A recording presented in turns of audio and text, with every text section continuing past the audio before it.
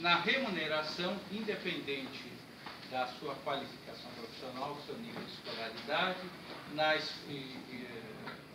no desemprego, o mercado de trabalho trata a população negra dessa maneira. Muito bem.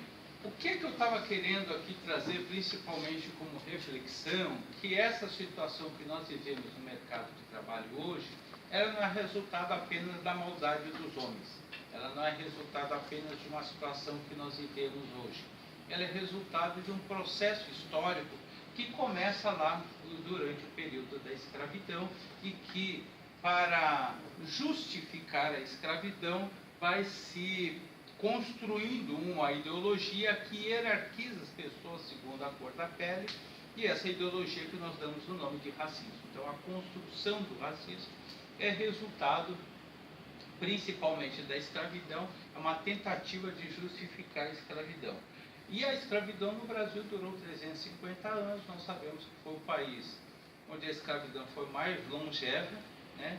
E foi o último país do Ocidente a extinguir a escravidão, né? Então, essa 350 anos de um modelo econômico que estabelece estamentos sociais, grupos sociais que não tem intercâmbio entre esses grupos e que hierarquiza as pessoas segundo a sua condição, no caso econômica e social, e que coincide com a cor da pele, essa estrutura social durou 350 anos. Então, acabar com essa estrutura social e a cultura que acaba alimentando essa estrutura demorou e demora ainda algum tempo, além do que não existe boa vontade de quem está no poder, na maioria das pessoas no poder, de acabar com a estrutura social.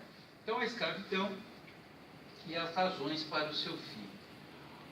Toda a riqueza produzida no Brasil ao longo do período colonial, enviada para Portugal, parte dela mais tarde apropriada pela Inglaterra, é resultado do assalto às terras indígenas e do trabalho forçado de africanos escravizados. Portanto, a riqueza no Brasil ela é resultado de dois crimes hediondos: o massacre da população indígena, o roubo das suas terras e do sequestro de milhões de africanos trazidos para cá para produzir a riqueza, né? Assim que se inicia a riqueza do Brasil, no primeiro momento com açúcar no Nordeste, no segundo momento ao descobrir as Minas Gerais, no terceiro momento com o café. Lógico que estou simplificando, existiram outras produções paralelas, mas esses eram os principais produtos que eram desenvolvidos no Brasil, produtos que eram utilizados para exportação, principalmente porque o Brasil se caracterizou por um modelo econômico que ficou conhecido como plantation, que era baseado a grande propriedade rural, monocultural, utilizando o braço escravo, né? Então, esse foi o modelo econômico adotado aqui, e esses ciclos econômicos eles vão estabelecendo o tipo de país que vai sendo construído.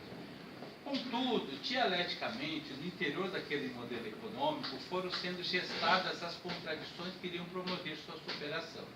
Essas contradições foram norteando o debate e tem três pilares centrais. Primeiro, a luta dos escravizados, né? Desde que o primeiro homem e a primeira mulher pisou em solo brasileiro, houve luta. A escravidão foi algo que precisou de muita violência para conter o escravizado. Então, existiram as lutas individuais daqueles que assassinavam seus senhores ou capatazes que fugiam para o mato. Existiam as lutas mais coletivas, organizações de quilombos. Existiam insurreições, como aconteceu dos Hausas na Bahia, que foi uma insurreição que ficou conhecida como Revolta dos Malês.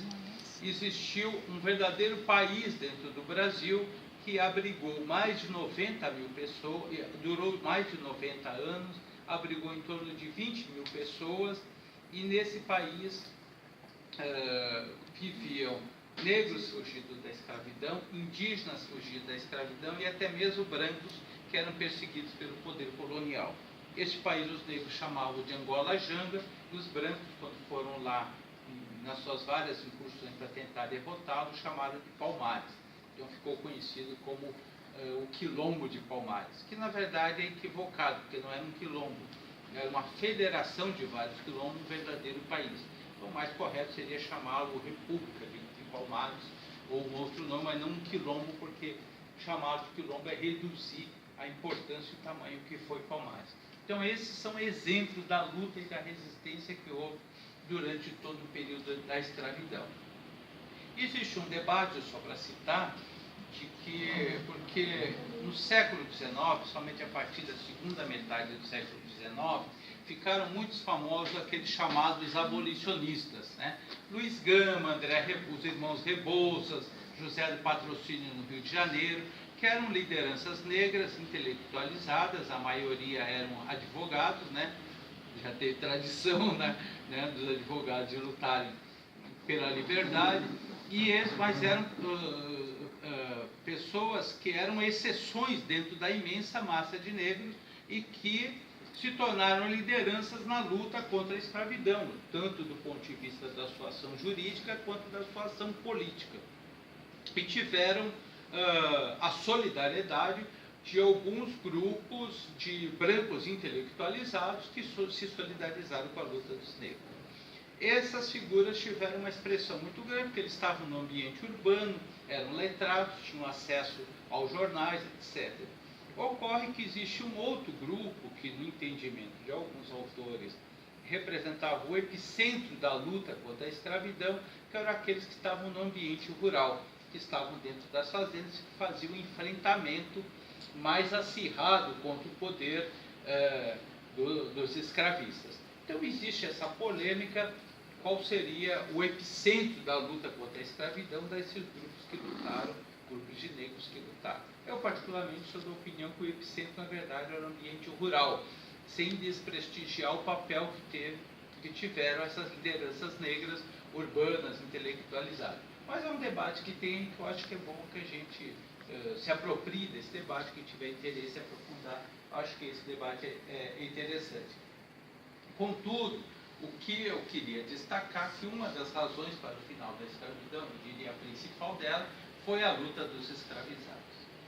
A segunda razão para o final da escravidão foram os interesses do Império Britânico, que os ingleses, então, aí nós estamos falando do século XIX, tiveram uma ascensão muito grande, né, com a derrocada ou com a superação do período inicial do capitalismo, que foi o mercantilismo, e com a ascensão do capitalismo industrial, os ingleses superaram